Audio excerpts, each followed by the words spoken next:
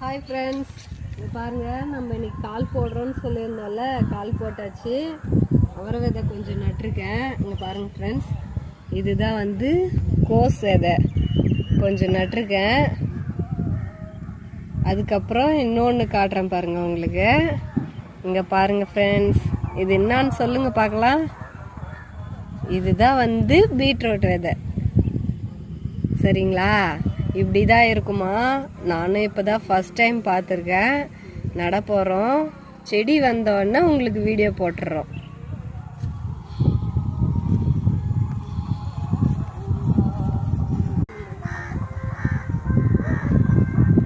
Hi friends, இங்கே பாருங்க, ஒரு 3 விதை இல்லைன்னா 2 விதை எடுத்துக்கலாம்.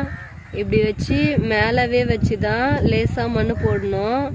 அதுக்கு மேலே அதிகமாக போட்டிங்கன்னா சீக்கிரம் வராது. ஒரு சில ஒரு சில விதைகள் வந்து வராது டக்குனா. அதனால நம்ம மேலே வச்சுக்கலாம். கொஞ்சம் ரொம்ப தூரமும் வேணாம், ரொம்ப கிட்டேயும் வேணாம். ஓரளவுக்கு ஒரு அடிக்கு ஒன்று அந்த மாதிரி கூட நட்டுக்கலாம் நம்ம. ஓகே ஃப்ரெண்ட்ஸ், அடுத்த வீடியோவில் பார்க்கலாம்.